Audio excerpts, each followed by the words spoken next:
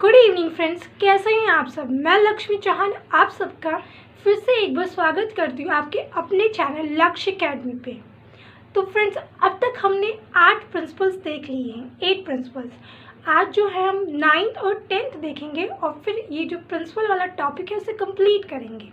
उसके बाद जो है हम MCQ लगाएंगे इस टॉपिक के ऊपर, क्योंकि इस टॉपिक से हमेशा 2 से 4 क्वेश्चंस आते ही हैं। आप प्रीवियस ईयर के कोई सा भी प्रीवियस ईयर किसी भी ईयर का उठा के देख लीजिए, तो ऐसा कोई पेपर नहीं है जिसके अंदर इस टॉपिक से क्वेश्चन ना आया हो। ठीक है, तो ये टॉपिक बहुत इम्पॉर्टेंट है। इसके ऊपर मैं आप लोगों को प्रैक्टिस क्वेश्चंस भी कराऊंगी, तो प्लीज़ आप इस टॉपिक को अच्छे से पढ़िएगा, नोट्स प्रॉपर बनाइएगा और समझ लीजिएगा। ठीक है, तो आज जो टॉपिक हम पढ़ने जा रहे हैं वो है development is the product of maturation and learning, यानी कि विकास, परिपक्वता और सीखने का उत्पादन है।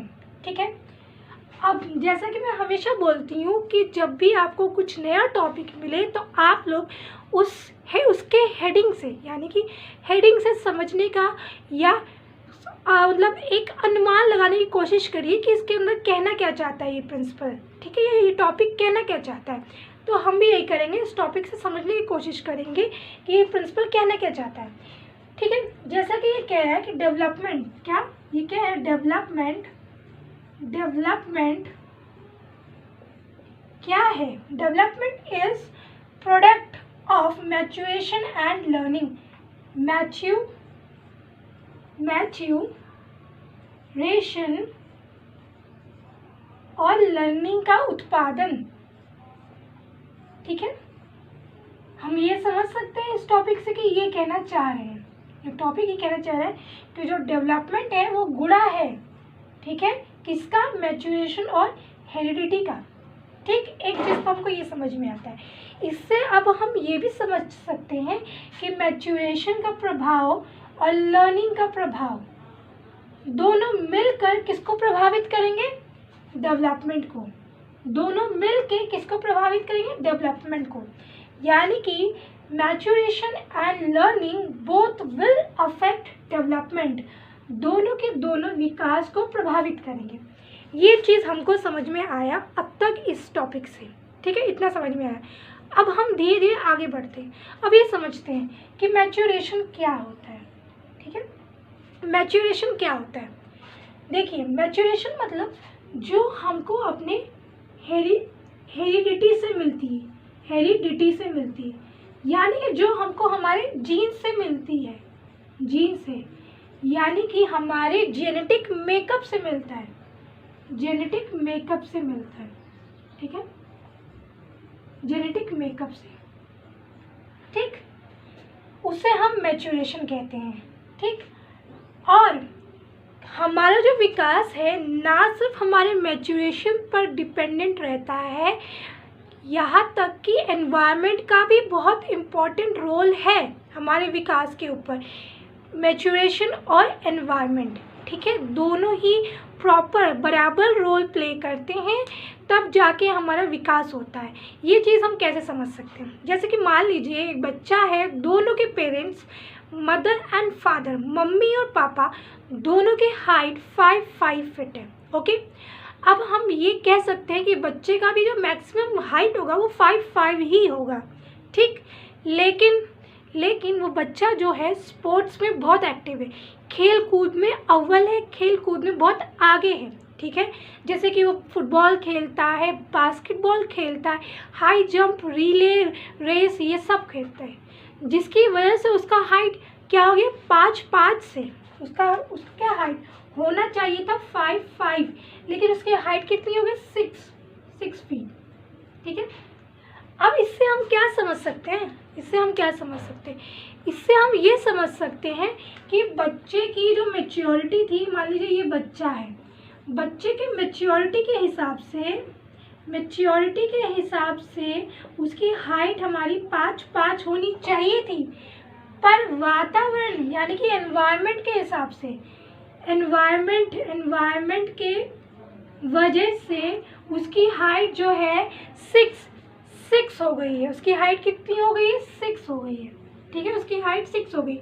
तो हमने क्या देखा कि बच्चे के विकास के ऊपर हेरिडिटी और एनवायरनमेंट दोनों का ही प्रभाव पड़ता है, ठीक है। तो फ्रेंड, हमने अब तक ये चीज़ तो समझ लिया कि ठीक है, चलो मैच्योरिटी क्या है, कैसे एनवायरनमेंट और मैच्योरिटी इफ़ेक्ट करता है, लेकिन अब भी हमको ये चीज़ समझना बाकी है, अब भी हमको ये चीज़ समझना बाकी है कि विकास जो है, मैच्योरिटी तो ठीक है, हमको समझ में आ गई मैच्योरिटी क्या है, ठीक है, ये कन्फ्यूजन तो क्लियर हो गया। अब हमको ये समझाइए मैम कि मैच्योरिटी और लर्निंग दोनों कैसे प्रभाव डालता है बच्चे के विकास के ऊपर। क्वेश्चन तो बड़ा सा ये है। तो फ्रेंड्स, आइए हम समझते हैं। एक बेबी होता है, ठीक है, बाय बर्थ, बाय जेनेटिकली उसके अंदर एबिलिटी तो होती है कि वो चल दौड़ लेगा, ठीक है, बाय जन्म से बच्चे के अंदर ये एबिलिटी होती है कि वो चलना दौड़ना वोड़ना सब सीख लेगा। पर जब तक उसकी बॉडी की मसल्स मैच्योर नहीं होंगे, उसकी मांसपेशियां मैच्योर नहीं होंगे, तब तक वो नहीं चल सकता, नहीं दौड़ सकता, नहीं भाग सकता, ठीक है फ्रेंड्स। जब तक वो मैच्योर नहीं होंगे, जब तक उसके बॉडी के मसल्स नहीं मैच्योर होंगे, जब तक उसके बॉडी के मसल्स नहीं मैच्योर होंगे, तब तक वो चल दौड़ नहीं सकता। यानी कि विकास के ऊपर मैच्योरिटी और लर्निंग का दोनों का प्रभाव है, ठीक है। इससे हमने ये समझा, हमने बस सिंपल सा ये समझा, एक बच्चा है जो कि चलना दौड़ना तभी सीखेगा जब उसकी बॉडी के मसल्स जो है मैच्योर होंगे। मैच्योर कब होंगे? एज के हिसाब से मैच्योर होंगे, ठीक है। एक चीज़ हमने ये समझ लिया। अब हम दूसरी चीज़ समझते हैं कि मान लीजिए एक 5th क्लास का बच्चा है, ठीक है, 5th क्लास के बच्चे को हम 10th क्लास का सिलेबस नहीं पढ़ा सकते क्योंकि वो अभी मैच्योर नहीं है, मेंटली मैच्योर नहीं है। 5th क्लास का बच्चा 10th का सिलेबस नहीं कवर कर सकता, 10th का सिलेबस नहीं कवर कर सकता। तो हमने ये समझा कि बच्चा जो है, जब तक वो उसके मसल्स नहीं स्ट्रांग होंगे, मसल्स नहीं मैच्योर होंगे, तब तक उसका जो विकास है वो नहीं होगा।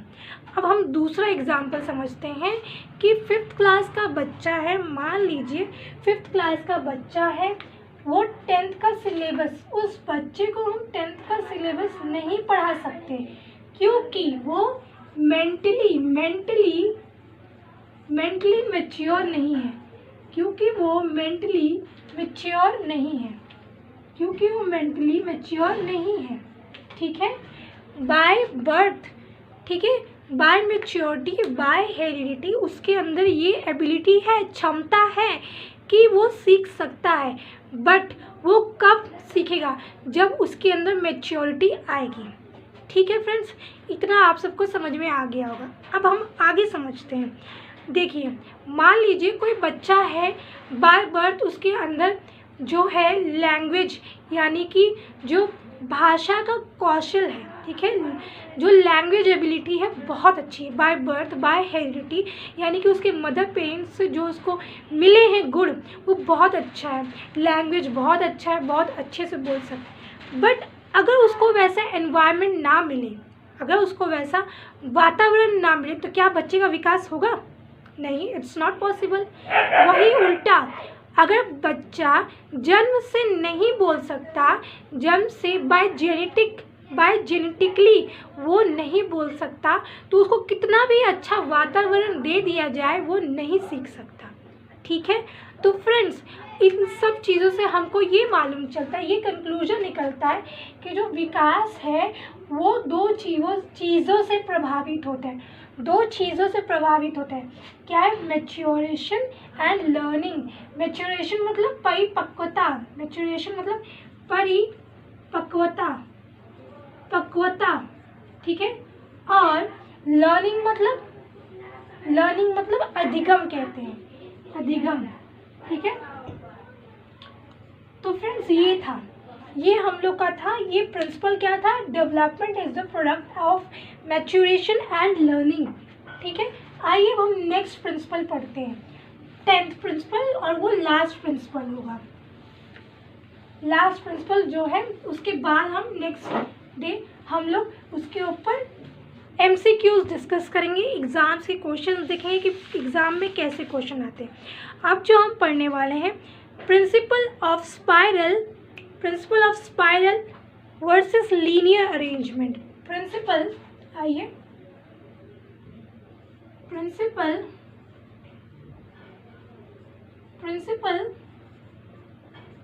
ऑफ स्पाइरल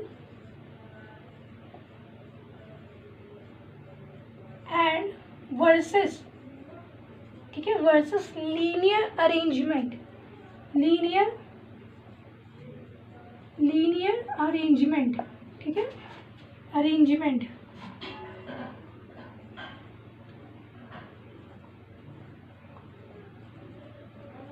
ठीक है, उसको हम हिंदी में क्या बोलते हैं? हिंदी में बोलते हैं हम वर्तुलाकार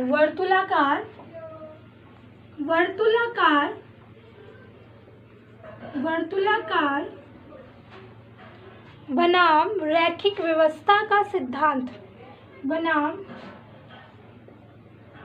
रैखिक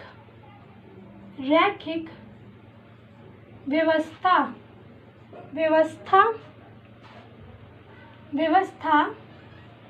का सिद्धांत,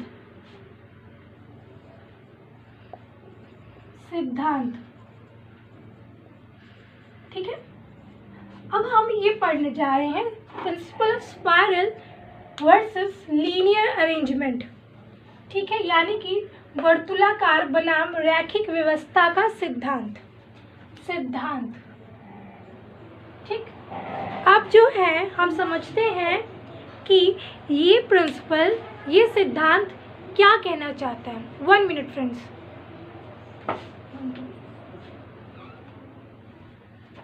ठीक है, आइए, अब ये प्रिंसिपल क्या कहना चाहता है। Principal of spiral versus linear arrangement, यानी कि वर्तुलाकार बनाम रैखिक व्यवस्था का सिद्धांत, यानी कि अब हम समझते हैं कि क्या विकास एक सीधी रेखा है? क्या आप ऐसा कह सकते हैं?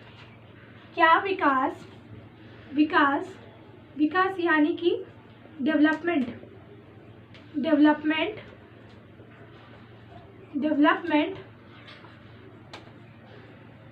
क्या एक सीधी रेखा में होता है? विकास क्या एक सीधी रेखा में होता है? कह सकते हैं आप? क्या ये रैखिक है? क्या ये लीनियर है? कह सकते हैं क्या आप? मतलब कि आपका जो डेवलपमेंट है, अगर मान लीजिए स्लो है तो स्लो ही हो रहा है, स्पीड में फास्ट है तो फास्ट ही हो रहा है, तेज़ी से बढ़े जा रहा है, ऐसा नहीं होता। जो हम लोग का विकास है, जो डेवलपमेंट है, वो किसी स्टेज पे बहुत स्लो होता है, किसी स्टेज पे फास्ट होता है, किसी स्टेज पे मीडियम होता है, ठीक। यानी कि जो विकास का, जो अगर विकास को हम कहें तो हमारा विकास कैसा होता है? कह सकते हैं हम कि कभी हमारा विकास स्लो होता है, कभी डाउन, कभी अप, कभी डाउन, कभी अप, कभी डाउन, कभी अप डाउन, ये हमारा विकास है, ठीक है। इस हिसाब से हमारा विकास बढ़ता है, चलता है, ना कि ऐसे कि एक लीनियर सीधा, अगर स्लो है तो स्लो चलेगा, अगर फास्ट है तो फास्ट चलेगा, ऐसा नहीं है। जो विकास अगर होता है, जो डेवलपमेंट होता है, वो स्लो फास्ट इस हिसाब से चलता है, ठीक है। यानी कि हमारा विकास कैसा होता है?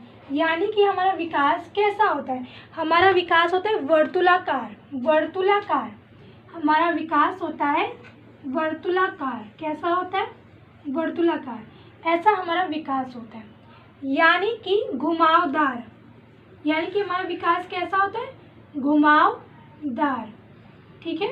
यानी कि हमारा विकास जो होता है घुमावदार होता है, कभी स्लो, कभी फास्ट, कभी स्लो, कभी फास्ट। यानी कि हमारे विकास का दर, यानी कि रेट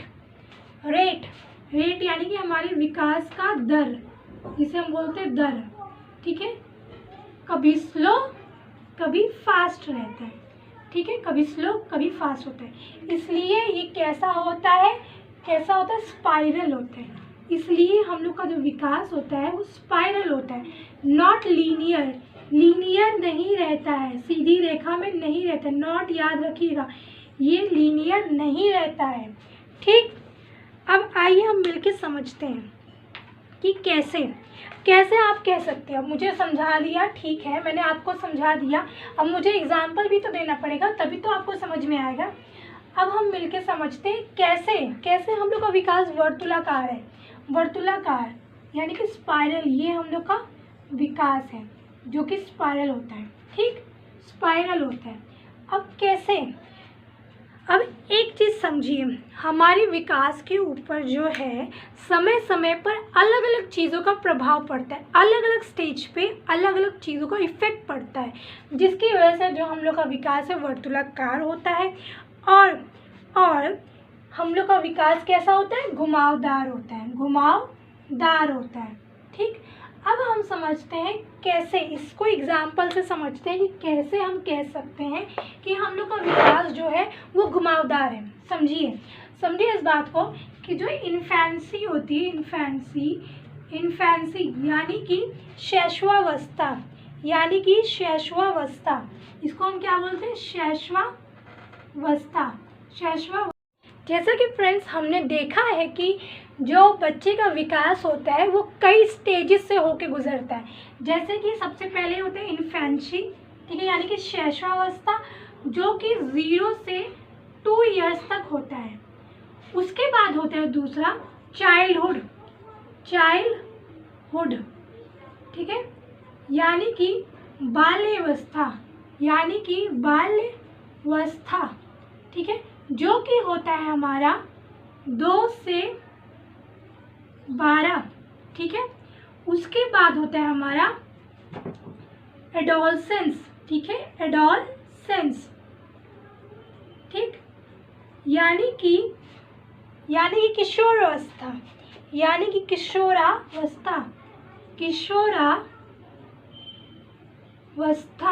ठीक है। उसके बाद आता है हमारा एडल्टहुड, ठीक है, एडल्टहुड, यानी कि अब जो बच्चा है वो वयस्क हो चुका है, तो फ्रेंड्स जो हम लोग का विकास है वो क्या होता है, अब तक हमने ये समझा कि विकास जो होता है लीनियर नहीं होता है, वो वर्तुलाकार होता है, वो कभी स्लो कभी फास्ट होता है, ठीक है।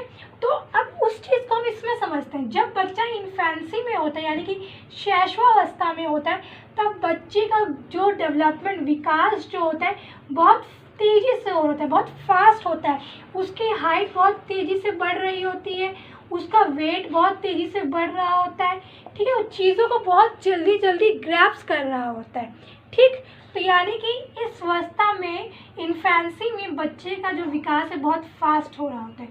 अब हम चाइल्डहुड में आए तो जो बच्चे का हाइट है और वेट है वो नहीं बढ़ता। अब इस स्टेज में क्या होता है, बच्चे में मजबूती आ रही होती है, बच्चे की मांसपेशियां यानी कि मसल्स में मजबूती आ रही होती है, इसमें विकास तेज नहीं होता, स्लो हो जाता है, ठीक है।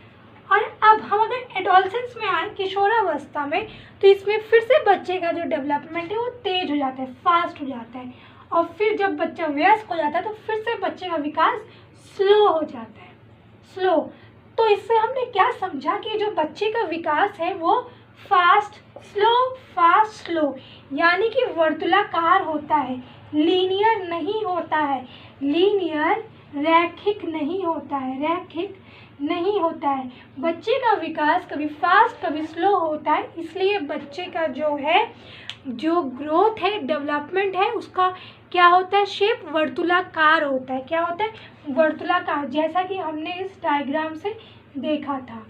तो फ्रेंड आज के ये जो प्रिंसिपल्स थे, दो प्रिंसिपल हमने कंप्लीट कर ली, ये प्रिंसिपल वाला टॉपिक हमने कंप्लीट कर लिया है।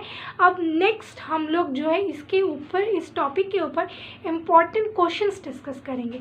तो प्लीज़ फ्रेंड्स आप सब मेरे वीडियोस को लाइक करिए, शेयर करिए, सब्सक्राइब करिए एंड प्लीज़ कमेंट करके आप अपने डाउट्स बताइए कि मैम हमको ये चीज़ समझ में आया, ये चीज़ नहीं आया। तो ठीक है फ्रेंड्स, थैंक यू।